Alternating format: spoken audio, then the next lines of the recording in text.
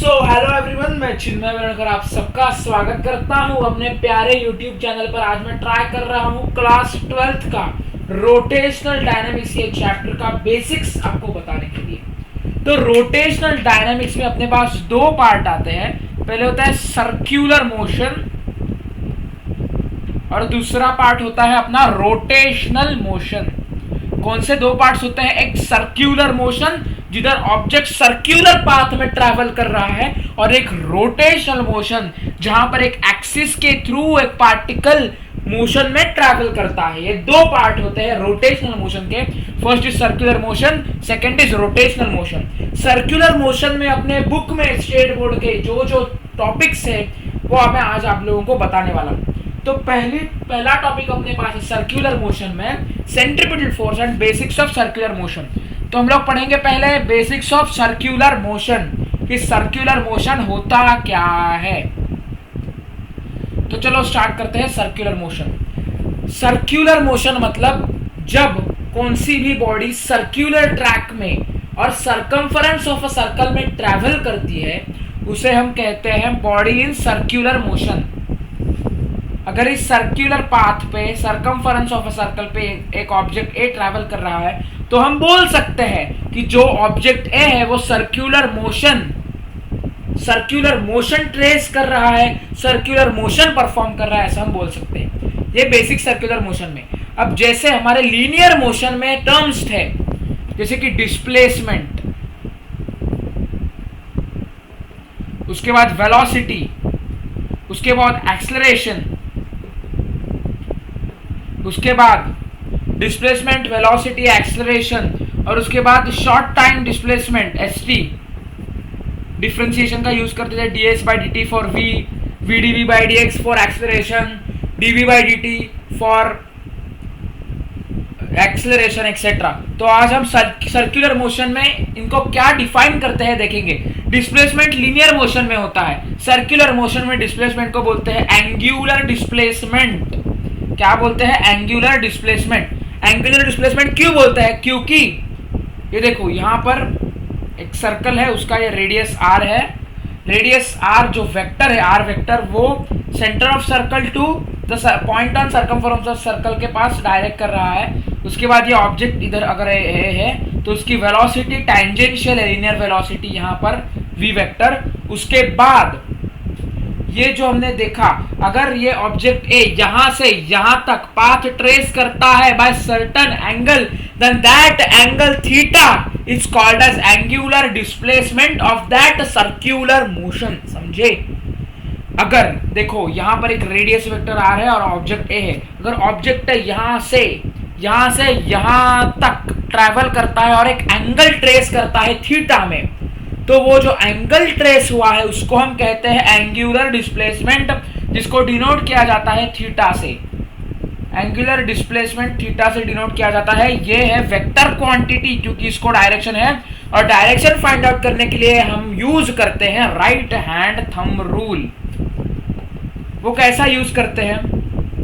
समझो अपने right hand में एक्सिस ऑफ रोटेशन है और जो पाथ ट्रैवल कर रहा है वो कर्ल, जो अपने हाथ से जो कर्ल है हाथ के 4 फिंगर्स के, देखो ये एक एंगुलर हमारे पास एक्सिस है जिधर ट्रैवल कर रहा है ऑब्जेक्ट। एक्सिस को हम लोग हाथ में पकड़ेंगे राइट हैंड, और एक्सिस के थ्रू जो ऑब्जेक्ट ट्रैवल कर रहा है उसकी डायरेक्शन हम फिंगर कर्ल से दिखाएंगे।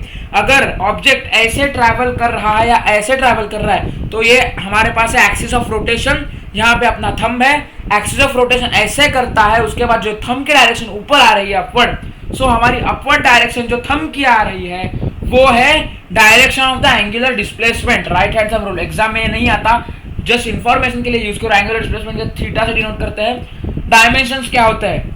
m0 l1 t0, क्योंकि यहाँ पर लेंथ एंगल से ये होता है, डिस्क्राइब होता है, इसलिए इसको m0 l0 t0 से रिप्रेजेंट करते हैं। यहाँ लीनियर डिस्प्लेसमेंट में m0 l1 t0 इससे डिनोट करते हैं।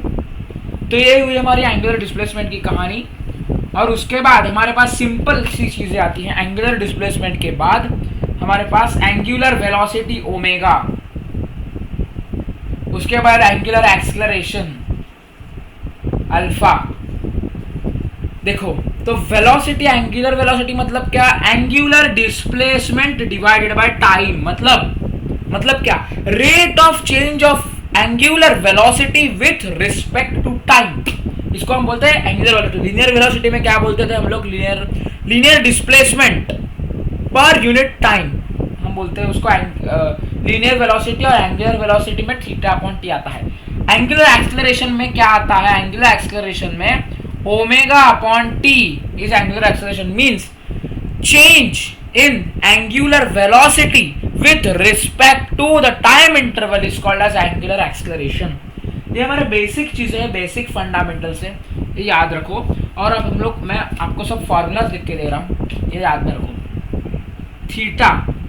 Theta is the basic unit that is displacement in angular way. Angular dimensions में इसका रिप्रेजेंटेशन थीटा से है। देखो वेलोसिटी को हम लोग ओमेगा से रिप्रेजेंट करते हैं। ओमेगा के 3 फॉर्मूले है। First formula omega is V by R, omega is theta by T. ये हमारे बेसिक 2 फॉर्मूलेज आ गए हैं, ठीक है। Omega is equal to 2 pi upon T, ये हमारा थर्ड फॉर्मूला है। और omega is equal to 2 pi N. ये हमारे 4 फॉर्मूले जो ओमेगा के याद रखने हैं। अगर नहीं याद रखे तो आपके क्वेश्चंस नहीं होंगे। देखो ये फॉर्मूला याद रखो। उसके बाद ये बेसिक फॉर्मूला है हमारा, v is equal to omega R. उसके बाद एक्सेलरेशन जो है अल्फा इंटू आर बराबर। ये 2 हमारे बेसिक फॉर्मूलेज हो गए जो हमें याद रखने हैं। एक्सेलरेशन के 3 फॉर्मूले आते हैं। Acceleration is equal to angular acceleration into R, ठीक है। Acceleration is equal to V square upon R. Acceleration is equal to omega square R. 3 हमारे पास बेसिक फॉर्मूलेज आते हैं एक्सेलरेशन के। तो ये फॉर्मूलेज हमें याद रखने ही पड़ेंगे, ठीक है। ये फॉर्मूले याद रखो झमाझम करके, ठीक है। अब हम नेक्स्ट टॉपिक पर जाएंगे, जो टॉपिक है सेंट्रीपिटल फोर्स। अब देखो सेंट्रीपिटल फोर्स होता क्या है। अगर मैं हाथ में, ये देखो मेरे ईयरफोन से, आज मैं ईयरफोन्स को कुर्बान नहीं करना चाहूंगा पर आपको दिखाना पड़ेगा। देखो अगर ये मेरे पास हाथ में एक ईयरफोन्स है, समझो मैंने एक थ्रेड पकड़ी है। ये 2 लाइंस को थ्रेड समझो, ये देखो ये 2 लाइंस को थ्रेड समझो।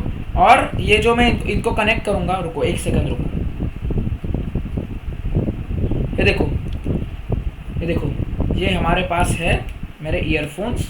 इसको एक लाइन समझो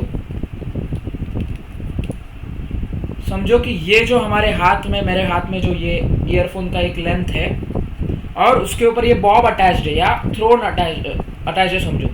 अगर मैं इसको जोर जोर से आपके सामने घुमाऊंगा, ये देखो आपके सामने मैं इसको जोर जोर से घुमा रहा हूं, बट अगर मैं इस ऑब्जेक्ट को जोर से घुमा रहा हूं तो ये ऑब्जेक्ट बाहर क्यों नहीं जा रहा है। अगर मैं एक ऑब्जेक्ट को जोर से स्पीड में सर्कुलर ट्रैक में घुमा रहा हूं तो जो ऑब्जेक्ट एंड पे चिपका हुआ है वो बाहर क्यों नहीं जा रहा है। इसका रीजन, क्यों का रीजन सेंट्रीपिटल फोर्स में है। एक फोर्स होता है जो सेंटर के सीकिंग, मतलब सेंटर की तरफ अट्रैक्ट करता है एक ऑब्जेक्ट को, समझे। ये अगर एक सर्कुलर ट्रैक है, ये ऑब्जेक्ट अगर हमने इसको घुमा दिया जोर जोर से, तभी भी ये जो ऑब्जेक्ट ए है ये बाहर नहीं निकलता। क्योंकि ए ऑब्जेक्ट को धरने वाला फोर्स सेंटर की तरफ से एक आ रहा है ना भाई। सेंटर की तरफ जो फोर्स उसकी डायरेक्टेड है वो फोर्स होता है सेंट्रीपिटल फोर्स, समझे। The force which is acting on object which is traveling into the circular motion and the force is directed towards the center of a circle by the mean of the radius, that is called as centripetal force, ठीक है। तो अगर हमारे पास F is equal to एक formula है, F का formula कोई नहीं भूलता भाई, क्योंकि F इज इक्वल टू माँ को कोई नहीं भूल सकता। F is equal to mass into acceleration. Centripetal force में FC centripetal force is equal to mass into acceleration. जो 3 फॉर्मूले देखे थे हमने, ओमेगा स्क्वायर आर पहला फॉर्मूला, v स्क्वायर बाय आर दूसरा फॉर्मूला, अल्फा आर तीसरा फॉर्मूला। हम लोग यूज करेंगे v square by R, mv square by R. बचपन से हम लोग mv square by R centripetal force को क्यों लिख रहे हैं पता चला। एंगुलर डिस्प्लेसमेंट और एंगुलर वेलोसिटी के फॉर्मूला से। mv²/r फॉर्मूला डिराइव होता है। और देखो सेंट्रीपिटल फोर्स एक्ट हो रहा है सेंटर की तरफ और रेडियस वेक्टर जो है वो सेंटर से ए की तरफ है। ये दोनों की अपोजिट डायरेक्शन है, इसलिए हम लोग लिखते हैं Fc = -mv²/r और v को हम लोग वेक्टोरिकल रिप्रेजेंटेशन कर सकते हैं या फिर Fc = -m⍵²r वेक्टर ऐसे भी लिखते हैं। ये होता है बेसिक सेंट्रीपिटल फोर्स। ठीक है, सेंट्रीपिटल फोर्स होने के बाद हम लोग जाते हैं सेंट्रीफ्यूगल फोर्स पे। देखो यहां पर सेंटर पे है, ये ऑब्जेक्ट ए है, यहां पर आर वेक्टर है, यहां पर एक फोर्स अप्लाई हो रहा है सेंट्रीपिटल फोर्स। पर ये जो ऑब्जेक्ट गोल गोल घूम रहा है, ये जो ऑब्जेक्ट गोल गोल घूम रहा है बाहर नहीं गिर रहा, क्योंकि सेंट्रीपिटल फोर्स सेंटर की तरफ अट्रैक्ट कर रहा है। पर आपको सवाल आ गया होगा, अगर फोर्स अंदर की तरफ डायरेक्ट कर रहा है तो ये ऑब्जेक्ट इधर ही क्यों घूमता रहता है, अंदर क्यों नहीं जाता भाई? ये बंदा अगर घुमाते घुमाते ये जो सेंटर है, मेरा हाथ ये सेंटर है और मैं ऐसे ऐसे घुमा रहा हूं, तो मेरा हाथ ये जो एक ऑब्जेक्ट होगा उसको सेंटर की तरफ फोर्स अप्लाई करेगा। पर ये ऑब्जेक्ट ऐसा घूम रहा है, वो स्पेसिफिक रेडियस में, स्पेसिफिक सर्कमफरेंस में कैसे घूम रहा है, अंदर क्यों नहीं गिर रहा? क्योंकि एक सूडो फोर्स आपने 11th में पढ़ा होगा, एक pseudo force that is centrifugal force is applied. बेटा सेंट्रीफ्यूगल फोर्स अप्लाई हो रहा है एक के ऊपर जो सेंटर से दूर भागता है, रेडियस से दूर भागता है, जिसकी डायरेक्शन ये है। तो देखो इसका फॉर्मूला, सेंट्रीपिटल फोर्स का फॉर्मूला और सेंट्रीफ्यूगल फोर्स का फॉर्मूला सेम है, बट डिफरेंस है उनकी डायरेक्शन में। ये फिजिक्स में जो माइनस डिनोट होता है वो नेगेटिव में मैथ जैसा नहीं होता है, ये डिनोट करता है डायरेक्शन को। सो हम लोग पढ़ेंगे डायरेक्शन को डिनोट करता है। तो देखो कैसे, सेंट्रीपिटल फोर्स की वैल्यू सेंट्रीफ्यूगल फोर्स के बराबर आनी चाहिए, क्योंकि ये जो ऑब्जेक्ट घूम रहा है वो इसी लाइन में रहे, इसलिए ये फोर्स इज इक्वल टू ये फोर्स अगर रहा तो ये ऑब्जेक्ट ऐसे ही घूमेगा, ये ज्यादा हो गया तो अंदर गिरेगा, ये ज्यादा हो गया तो बाहर गिरेगा, तो सेम फोर्स चाहिए। तो centripetal force is equal to negative of centrifugal force. तो निगेटिव है, डायरेक्शन ये रिप्रेजेंट कर रहा है, क्योंकि सेंट्रीपिटल फोर्स सेंटर पे अप्लाई होता है, रेडियस इधर है, ये डायरेक्शन है, तो इसलिए इधर माइनस आता है। और सेंट्रीफ्यूगल फोर्स में रेडियस वेक्टर इधर है, फोर्स वेक्टर इधर है, इसलिए इसमें पॉजिटिव होता है। देखो सेंट्रीपिटल फोर्स जो होता है वो और सेंट्रीफ्यूगल फोर्स की डायरेक्शन अलग अलग होती है। सेंट्रीपिटल फोर्स का हमने फॉर्मूला दिया था -m⍵²r और -mv²/r, दोनों में वेक्टर है हमारे पास, ओमेगा में वेक्टर है, v में वेक्टर है। तो देखो सेंट्रीफ्यूगल फोर्स अपना आएगा -m⍵²r, ओमेगा वेक्टर, ये minus minus cut, centrifugal force अपने पास आता है m⍵²r is equal to mv²/r। देखो ये बेसिक कंसेप्ट है अपना सेंट्रीपिटल और सेंट्रीफ्यूगल फोर्सेस का। तो हमने बेसिक चीजें पढ़ी। अब जो हमारे बुक में, हमारे स्टेट बोर्ड के अच्छे से एकदम मस्त बुक में जो बेसिक कॉन्सेप्ट है हमारा, बैंकिंग ऑफ रोड और car travelling through horizontal circular path, इसके ऊपर क्वेश्चन आता है 3 मार्क को या 2 मार्क्स को, वो हम लोग देखेंगे।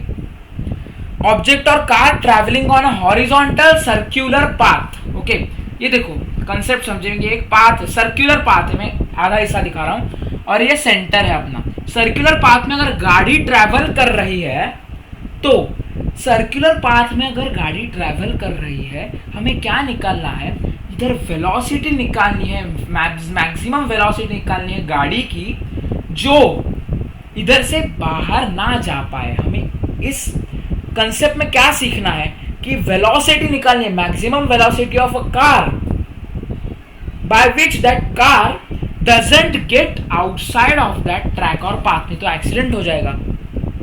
ठीक है, इसलिए सर्क्यूलर हॉरिजॉन्टल ट्रैक में हमें क्या करना है, maximum velocity of that object निकालनी है, जिसकी वजह से वो बीच में से एकदम मस्त तरीके से वो सर्क्यूलर ट्रैक घूम जाएगी और घर में जाएगी। नहीं तो अगर स्पीड ज्यादा हो गया, खत्म। मैक्सिमम वेलोसिटी निकालनी है, उसके लिए हमें क्या करना है, अगर ये देखो डेरिवेशन देखो, ये सर्क्यूलर ट्रैक अपने पास यहाँ पर है, इसका मैंने आधा भाग पोंछ लिया, ये सर्क्यूलर ट्रैक अपने पास है, यहाँ पर एक गाड़ी है वो जा रही है, यहाँ ये डायरेक्शन, तो अगर हमें मैक्सिमम वेलोसिटी निकालनी है तो बेसिक हमें दो फोर्स को इक्वेट करना होगा। एल्गोरिथम समझो, दो फोर्स को इक्वेट करना होगा और दो फोर्स को इक्वेट करने के बाद हमें वेलोसिटी एडजस्ट करके आंसर निकालना होगा। तो यहां पर देखो सेंटर की तरफ से इस ऑब्जेक्ट पे अप्लाई होगा centripetal force, centripetal force apply होगा सेंटर की तरफ से, और ये सेंट्रीपिटल फोर्स अलग अलग ऑब्जेक्ट पे अलग अलग मैनर से डिपेंड करता है। देखो अगर अर्थ, ये समझो ये है अर्थ और ये है मून, ठीक है, ये है मून और ये है अर्थ। मून अर्थ के तरफ रिवॉल्व कर रहा है, ऐसे मून अर्थ के तरफ एक ही ऑर्बिट में रिवॉल्व कर रहा है। तो मून पे जो centripetal force, centre seeking force apply हो रहा है वो अर्थ के वजह से अप्लाई हो रहा है, और वो फोर्स का नाम है gravitational force. Centripetal force her एक ऑब्जेक्ट के लिए अलग अलग तरह से रिलेटिव होता है, मैटर करता है। तो मून अगर अर्थ की तरफ घूम रहा है, मून को जो सेंट्रीपिटल फोर्स मिल रहा है वो सेंट्रीपिटल फोर्स अर्थ का ग्रेविटेशनल फोर्स दे रहा है। मतलब अर्थ का ग्रेविटेशनल फोर्स ये मून जो है इसको अपनी तरफ खींचने की कोशिश कर रहा है, और मून की तरफ एक सेंट्रीफ्यूगल फोर्स आ रहा है, वो बाहर ढकेलने की कोशिश कर रहा है। But centripetal force is equal to centrifugal force, इसकी वजह से ये मून एक ही ऑर्बिट में ट्रैवल कर रहा है। तो हमने इसमें क्या सीखा कि अर्थ की तरफ अगर मून भाग रहा है, सेंट्रीपिटल फोर्स जो अप्लाई हो रहा है वो ग्रेविटेशनल फोर्स के बराबर है। अब इस केस में जो सेंट्रीपिटल फोर्स है वो किसके बराबर होगा? वो बराबर होगा कार के फ्रिक्शनल फोर्स के वजह से। तो हमने देखो centripetal force is equal to frictional force, काम खत्म। सेंट्रीपिटल फोर्स होता है mv² upon r, Fs is equal to μsn, मतलब ये फॉर्मूला 10वीं में पढ़ा होगा। म्यूएस मतलब coefficient of static friction multiplied by normal, क्योंकि F is directly proportional to the normal reaction. तो देखो यहाँ पर नॉर्मल रिएक्शन क्या होगा, नीचे mg के लिए mg मतलब वेट होगा नॉर्मल रिएक्शन, क्योंकि इसके perpendicular upward normal reaction follow कर रहा है। तो देखो mv² upon r is equal to μs mg, ठीक है, m से m कटा, therefore v² upon r is equal to अपने पास आता है v² upon r is equal to अपने पास क्या आता है μs। देखो v² अपॉन r अगर हमारे पास μs आ गया तो देखेंगे मजा। v² अपॉन r अगर μs आ गया तो v² की वैल्यू निकालनी है, v² is equal to r μs अपने पास आ गया, v is equal to under root μs r। देखो ये कमाल, देखी मजा, इतना इजी फॉर्म अपने पास है, इतना इजी फॉर्म हमारे पास है, तो हम लोग क्यों चिंता करते हैं। बेसिक क्या किया, mv² upon r centripetal force को किया μsn से equate, mv² upon r is equal to μs mg, m से m कटा, g नीचे आएगा और यहाँ पर g भी होगा, मैं भूल गया यहाँ पर g देने को, g हो गया। तो v² अपॉन r g अगर हो गया μs तो rg इधर गया तो μs rg v² होता है, और v is equal to under root μs rg। ये जो होता है वो ऑप्टिमम स्पीड होता है गाड़ी का हॉरिजॉन्टल सर्कुलर ट्रैक पे भागने का। पर यहाँ पर क्या आया formula, v is equal to under root μs rg। तो देखो ये बैंक्ड रोड नहीं था, ये सिर्फ हॉरिजॉन्टल सर्कुलर ट्रैक था, ये बैंक्ड रोड नहीं था, ये सिर्फ हॉरिजॉन्टल सर्कुलर ट्रैक था। पर यहाँ पर जो v है वो डायरेक्टली प्रोपोर्शनल है अंडर रूट ऑफ μs, मतलब स्टैटिक फ्रिक्शन के। पर फ्रिक्शन जो है वो बार बार चेंज होता रहता है। अगर ये जो रोड है यहाँ पर अगर ऑयल गिर गया तो फ्रिक्शन की वैल्यू बहुत कम होगी और मैक्सिमम स्पीड ज़्यादा ही मैक्सिमम हो गया तो खत्म, गाड़ी वाले घर नहीं जा पाएंगे। समझ रहे हो बात को। इसलिए हमारे पास इंपॉर्टेंस है वेलोसिटी का। ये वेलोसिटी डिपेंडेंट नहीं, मतलब ये वेलोसिटी चेंज होती रहती है। इसलिए हम लोग ने एक इन्वेंशन की कि अगर क्या हम लोग रोड को बैंक करें, बैंक मतलब क्या, बैंकिंग ऑफ रोड, ये कंसेप्ट आया क्योंकि जो हमारे पास हॉरिजॉन्टल सर्कुलर ट्रैक में जो मैक्सिमम वेलोसिटी थी वो अंडर रूट μs rg के ऊपर डिपेंड करती थी। पर μs मतलब कोएफिशिएंट ऑफ जो फ्रिक्शन होता है वो कांस्टेंट नहीं रहता हर टाइम, क्योंकि अगर ऑयल स्पिल हो गया रोड पे, फ्रिक्शन कम हो जाएगा, उसकी वजह से मैक्सिमम स्पीड की वैल्यू चेंज हो गई, कार का एक्सीडेंट हो सकता है। अगर फ्रिक्शन की वैल्यू हमने बढ़ा दी और मैक्सिमम स्पीड अगर बढ़ेगा, बट फ्रिक्शन की वैल्यू हम लोग सर्टन लिमिट तक बढ़ा सकते हैं। ज़्यादा फ्रिक्शन की वैल्यू बढ़ा दी तो रोड पे इतना ज़्यादा फ्रिक्शन होगा, उसकी वजह से टायर फट जाएंगे, तो नुकसान हमारा होगा। इसलिए बैंकिंग ऑफ रोड की कंसेप्ट आ गई। बैंकिंग ऑफ रोड मतलब अगर ये हॉरिजॉन्टल रोड होगा, उसके ऊपर हम लोग हॉरिजॉन्टल रोड के ऊपर हम लोग इसकी जो आउटर एज है वो रेज कर देंगे इनर एज के ऊपर। ये इनर एज है हॉरिजॉन्टल, उसके ऊपर हम लोग आउटर एज रेज करेंगे। अगर आउटर एज हमने रेज की इनर एज के ऊपर, तो एक फायदा मिलता है, हम लोग स्पीड की वैल्यू जो है वो फ्रिक्शनल फोर्स पे डिपेंडेंट नहीं होती। अगर फ्रिक्शनल फोर्स पे जो फोर्स की वैल्यू डिपेंडेंट नहीं है, तो हम एंगल बैंक करने से, ये जो हॉरिजॉन्टल है यहाँ से अपर एज थोड़ा सा ऊपर सर्टन एंगल से अगर हम लोग ऊपर करेंगे तो हमारे लिए फायदा होगा। म्यू एस मतलब स्टैटिक फ्रिक्शन के डिपेंडेंट ये नहीं होगा। और अगर नहीं हुआ तो देखो इतना इजी होता है। बैंकिंग ऑफ रोड पे हम लोग 3 डेरिवेशन देखेंगे। बैंकिंग ऑफ रोड के ऊपर हम लोग 3 डेरिवेशन देखेंगे, एक ऑप्टिमम स्पीड, एक मिनिमम स्पीड और मैक्सिमम स्पीड। धड़ाधड़ डेरिवेशन देखेंगे, आप लोग प्रैक्टिस करो। देखो ये लिया बैंक के एंगल थीटा से, ठीक है। इधर एक कार जा रही है, कार के ऊपर नीचे से फोर्स आ रहा है mg वेट, इधर से नॉर्मल रिएक्शन कॉल हो रहा है, ठीक है। ऑप्टिमम स्पीड है, ये कार जा रही है, ठीक है। तो हम लोग इसको क्या करेंगे, बच्चों को हार्ड लगता है तोड़ना। क्या तोड़ना? फैक्टर में तोड़ना। किसको? जो वर्टिकल और हॉरिजॉन्टल पोजीशन में नॉर्मल रिएक्शन नहीं है, उसको हम लोग तोड़ेंगे फैक्टर्स में। यहाँ पर हमारा वर्टिकल फैक्टर हो गया, यहाँ पर हमारा हॉरिजॉन्टल फैक्टर हो गया, जो थीटा के पास होता है। देखो अगर ये थीटा तो ये थीटा, ये थीटा तो ये थीटा, क्योंकि 90 माइनस थीटा है ये, और ये इसके बीच में 90 डिग्री एंगल है। अगर ये 90 माइनस थीटा हो गया तो ये अपने आप थीटा हो जाएगा। ये थीटा अगर हो गया तो यहाँ पर होता है थीटा के पास में कॉस जाता है, और यहाँ पर थीटा के पास में अगर कॉस गया तो बाजू के एंगल में परपेंडिकुलर में एन साइन थीटा आता है। तो इजी हो गया। देखो कॉस थीटा को बैलेंस कर रहा है mg, तो N cos theta is equals to mg, equation 1 लिख देंगे। और हमारे पास एन साइन थीटा जो होता है वो कहां पर जा रहा है? बच्चे यहाँ कंफ्यूज होते हैं। एन साइन थीटा को यहाँ पे बैलेंस करने वाला कोई नहीं है। अरे कोई नहीं है, नहीं कोई है, जो हमने छुपा हुआ रुस्तम को पहले सीखा, सेंट्रीपिटल फोर्स। भूल गए क्या? ये कार अगर घूम रही है तो उसको अंदर के बाजू में, देखो अंदर के बाजू में जो फोर्स बैलेंस आउट कर रहा है वो सेंट्रीपिटल फोर्स है। So N sine theta is equal to M V square upon R. Equation number 2 हो गया खत्म। अब झमाझम तरीके से हम लोग निकालेंगे वेलोसिटी। डिवाइड 2/1 किया तो N sine theta upon N cos theta होता है tan थीटा। टिप्स पे M V square upon R upon M G, V square upon R G होता है, ठीक है। तो V square is equal to tan theta R G, या R G tan theta. V is equal to under root R G tan theta. देखो यहाँ पर mu S गायब हो गया, स्टैटिक फ्रिक्शन के कोएफिशिएंट पे डिपेंडेंसी नहीं है। यहाँ पर सिर्फ tan थीटा मतलब एंगल ये कर रहा है सेंटर से, जो रेडियस है उसकी वैल्यू है, और g मतलब जो कांस्टेंट रहता है अर्थ पे अलग अलग जगह पे वो है। तो यहाँ पर हमारे पास एक फॉर्मूला है, v is equal to under root R G tan theta. ये है optimum speed for banking of road. देखो ये पहली इक्वेशन है अपनी। दूसरा देखेंगे मैक्सिमम स्पीड क्या चाहिए बंदे के गाड़ी चलाने की। देखो यहाँ पर हमने एक एलिवेट किया एंगल, सेकेंड डेरिवेशन देख रहे हैं हम लोग। यहाँ पर एक गाड़ी ऐसी चल रही है जहाँ पर नीचे लग रहा है mg, यहाँ पर लग रहा है नॉर्मल रिएक्शन। और अगर गाड़ी का अगर मैक्सिमम स्पीड होगा तो मैक्सिमम स्पीड में गाड़ी बाहर जा सकती है।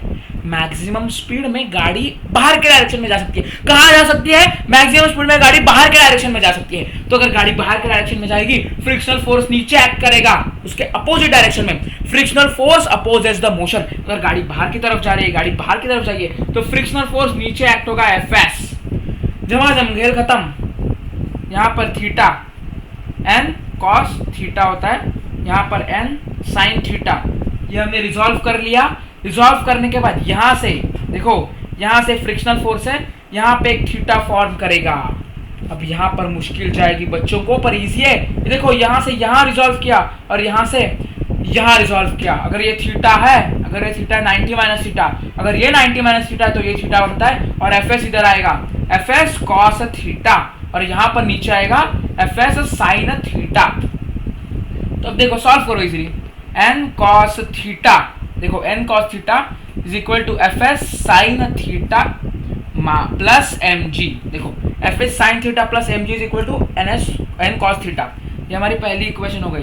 दूसरी इक्वेशन देखो N sine theta plus F S cos theta is equal to कितना, क्या होता है भाई, ए बेटा क्या होता है, देखो जरा, F S cos theta plus N sine theta क्या होता है, छुपा रुस्तम अपना फोर्स सेंट्रीपिटल फोर्स होता है ना बाबा, काहे होगा चिंता करते हो। एम जी और M V square by R को राइट हैंड साइड में रखो, इसको लेफ्ट हैंड साइड में रखो, तो देखो हमारे पास इक्वेशन ये पहले दो है, इसको हम चेंज कर रहे हैं, F S cos theta plus N sine theta is equal to M V square upon R. अच्छे से करते हैं ना तो चक्कर खा के गिर जाओगे, इतना टेंशन लेने वाली बात ही नहीं है। देखो F S cos theta plus N sine theta is equal to अपने पास क्या होता है, M V square upon R. दूसरा इक्वेशन ये देखो एन कॉस थीटा लेते हैं, N cos theta minus F S sine theta is equal to होता है एम जी, मारो डिवाइड खाट करके। तीसरा इक्वेशन फॉर मारो ना भाई, डरते क्या है हो बे,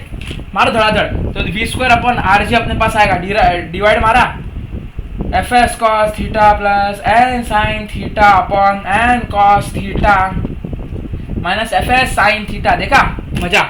अब क्या करेंगे, ट्रिक याद रखो, एन कॉस थीटा से सबको डिवाइड मारेंगे क्योंकि हमें एंगल में चाहिए ना, एन कॉस थीटा कट होना चाहिए, तो F S cos theta upon N cos theta, तो एफ एस बाय एन हमारे पास यहाँ पर आ गया, कॉस थीटा से कॉस थीटा उड़ गया यहाँ पर, ठीक है ठीक है, plus N sine theta upon N cos theta, N से एन उड़ गया, साइन थीटा कॉस थीटा गया क्या, टैन थीटा आ गया, देखा, divided by N cos theta से एन कॉस थीटा गया तो 1 minus F S sine theta upon N cos theta, F S by N tan theta.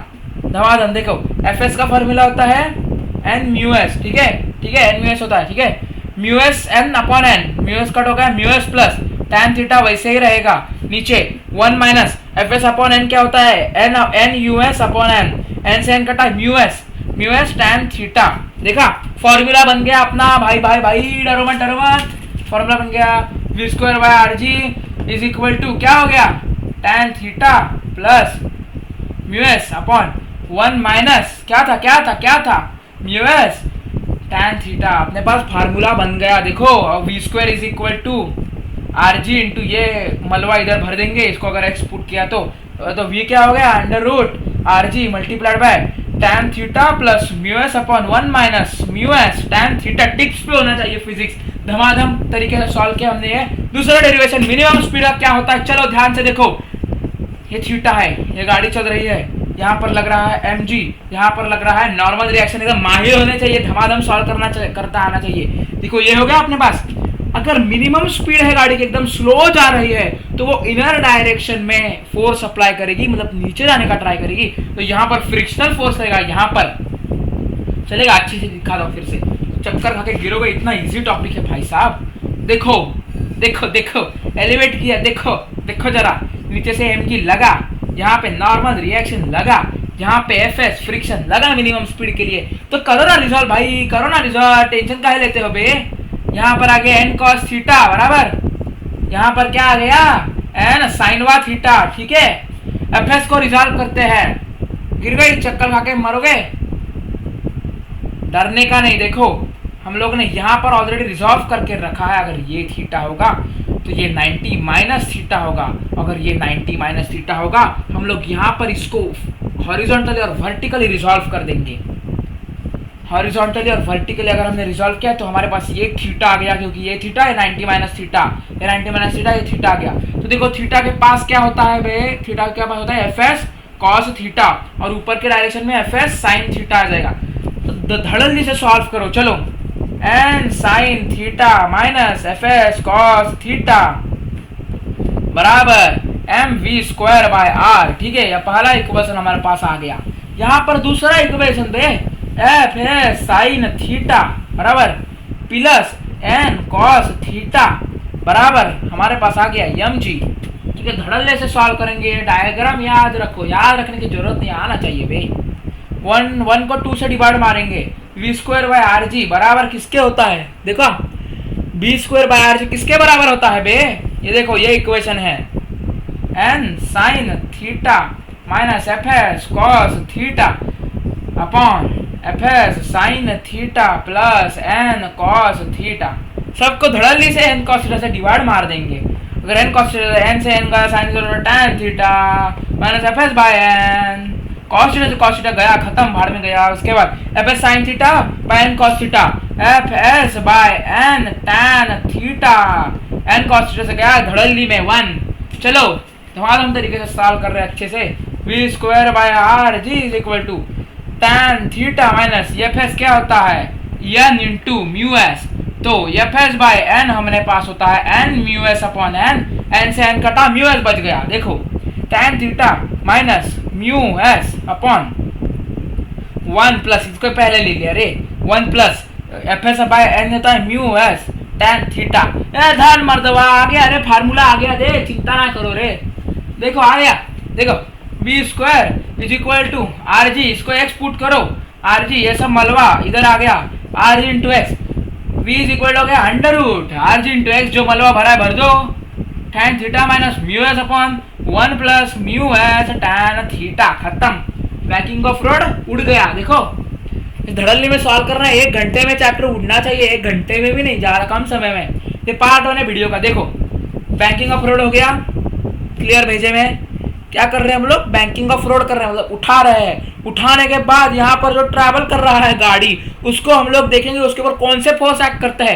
पहले तो mg नीचे ग्रेविटेशनल फोर्स, अर्थ में रहते हो ना, mg को झेलना पड़ेगा, mg को झेलना पड़ेगा अर्थ पे रहते हो। तो देखो mg लग रहा है, वो झेलना है। mg झेलने के बाद जो हमारे mg को बैलेंस करता है ना, तो गढ़ दिया होंगे हम लोग, mg को बैलेंस जो करता है हमारा सर्वा पर नॉर्मल रिएक्शन, उसको झेलना है। नॉर्मल रिएक्शन mg तो नीचे ही आएगा, इसलिए रिजॉल्व करने की जरूरत नहीं। n को रिजॉल्व करने n cos theta n sin theta, cos theta, theta जिधर है उधर cos थीटा जाता है रिजोल्यूशन में, और उधर sin theta cos theta resolve किया, सेंट्रीपिटल फोर्स और mg के इक्वेट में करो अपने रिएक्शन, और अगर n cos थीटा सबको डिवाइड मारो धड़ल्ली से, खत्म हो गया। नेक्स्ट कौन कौन जत्रा में गए हो, जत्रा मित्रा कौन कौन जत्रे में गए हो बे, बताओ बताओ। जत्रा में गए हो, वहां पे देखा है एडवेंचर, ये देखो, अरे देखो रे, टिंचा मतलब फिर मस्त है, मस्त मोला है। ये देखो ये इसको बोलते हैं मौत का कुआं, मौत का कुआं, क्या बोलते हैं, मौत का कुआं, हाँ, wall of death, wall of death, ठीक है, वॉल ऑफ डेथ उसको कहते हैं। तो वॉल ऑफ डेथ में बंदा, अगर बंदे को फिजिक्स नहीं आती, बंदे ने बना लिया कैसे भी ऐसा वॉल ऑफ डेथ, मतलब उसने क्या किया, अनपढ़ था, किससे फिजिक्स नहीं सीखी, मेरा वीडियो नहीं देखा, बंदा अनपढ़ था, बंदे को बाइक चलाने आती थी भ्रूम भ्रूम करके, मस्त मस्त ने कैसे भी एक ऐसा कंटेनर जैसा बना दिया कुछ तो, ठीक है, कंटेनर ऐसा कुछ तो बना दिया, बाइक लेके गया, अंदर से घॉ घॉ घॉ घॉ करके गया, डायरेक्ट ऊपर गया, क्योंकि उसने फिजिक्स नहीं सीखी थी, समझे। फिजिक्स सीखना चाहिए जिंदगी में, कामयाबी आएगी। चलो चलो चलो स्टार्ट कर, चलो टाइम पास मत करो। चलो ये वॉल ऑफ डेथ, मौत का कुआं। तो कुएं में अगर बंदा जो यहाँ पर का है वो ऐसे ऐसे ऐसे ऐसे कुएं को राउंड मारता है, ठीक है, ये जो बंदा है वो कुएं को ऐसे ऐसे राउंड मारता है। तो अगर बंदा, मतलब अगर आपने वीडियो में देखा होगा, तो बंदे की जो बाइक ऐसी होती है वो तिरपी आड़वी ऐसी होती है, और उसका जो सर होता है, सर उसका मेरा टकला हो गया तो जो सर होता है उसकी डायरेक्शन ऐसी अंदर की तरफ होती है, अलग वॉल की तरफ। अगर ये बंदा यहाँ पर है, स्कूटर ऐसी आड़वी है यहाँ पर ऐसी तिरपी, तो इसका जो सर होगा ये डायरेक्शन में होगा, तो नॉर्मल फोर्स परपेंडिकुलरली डायरेक्ट करता है, तो उसका सर का परपेंडिकुलर ऐसा होगा, तो नॉर्मल रिएक्शन इधर एन डायरेक्ट करती होगी इसके ऊपर। नीचे से वेट, तो हमारा वेट बाबा mg बाबा तो इधर से एक्ट कर रहा है, समझे। और हमारे पास हमें निकालना है मैक्सिमम स्पीड और मिनिमम स्पीड। तो हमारे सिलेबस में जो हमारे पास देखिए नीचे आ रहा है, मतलब स्पीड स्लो कर रहा है, तो अगर स्पीड स्लो कर रहा है तो हमारे पास डायरेक्शन फ्रिक्शन की यहाँ पर होगी, तो हम लोग पहले मिनिमम स्पीड निकालेंगे। मैक्सिमम स्पीड अपने सिलेबस में नहीं है, और मैक्सिमम स्पीड ऐसा होता नहीं है, लोग पागल होते बहुत, कैसे भी चलाते, इनको बचाता है फिजिक्स बाइकर्स को, समझे। तो चलो यहाँ पर एफ एस लगा, यहाँ पर mg लगा, और यहाँ पर m। तो धड़ल्ले से सॉल्व करो रे। एन को बैलेंस कौन कर रहा है? M V square by R. N is equal to M V square upon R. M V square upon R लिख रख लिया। एम जी को बैलेंस कर रहा है F S. F is equal to M G. धड़ाधड़ हो गया रे अपना साल, ये हार्ड नहीं होता। N is equal to M V square by R आ गया, ठीक है। एफ एस को हम लोग म्यू एस एन लिख देंगे is equal to M G. Divide मारो, मार दो divide. M V square upon R upon M G, V square upon R G होता है।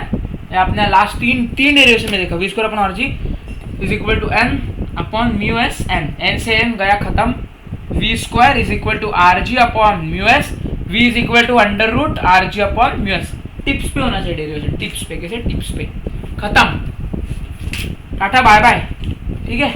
आज का लेक्चर इतने। आज हमने क्या देखा? What is circular motion, basic parts, angular displacement क्या होता है, एंगुलर वेलोसिटी क्या होता है, एंगुलर मोशन क्या होता है, वो सब देख लिया, ठीक है। उसके बाद हॉरिजॉन्टल ट्रैक पे वेलोसिटी क्या होनी चाहिए, ऑप्टिमम वेलोसिटी। उसके बाद बैंकिंग ऑफ रोड देखा। बैंकिंग ऑफ रोड में क्या होता है? सेंट्रीपिटल फोर्स देखा, सेंट्रीफ्यूगल फोर्स देखा। बैंकिंग ऑफ रोड के 3 केसेस देखे। पहले banking of road without any friction involve in it, that is optimum speed. Then उसका मैक्सिमम स्पीड जहां पर फ्रिक्शनल फोर्स नीचे व निचला डायरेक्शन पे अप्लाई होता है। और उसके बाद फ्रिक्शनल फोर्स जो होता है वो ऊपरी वाला डायरेक्शन पे अप्लाई होता है जब मिनिमम स्पीड होता है। तो हमने तीनों डेरिवेशन देख लिए धमाधम तरीके से। तो याद रखो और नेक्स्ट इसमें आ जाओ। धन्यवाद। मैं चिन्मय बनकर आप सबका अच्छी तरीके से धन्यवाद करता हूं। अगले इसमें हम लोग टाइम पीरियड देखेंगे, time period of conical pendulum, time period of simple pendulum. उसके बाद देखेंगे रोटेशनल डायनामिक्स। तो इस वीडियो में मतलब यहाँ पर रुकते हैं। धन्यवाद, टाटा बाय बाय, फिजिक्स जिंदाबाद।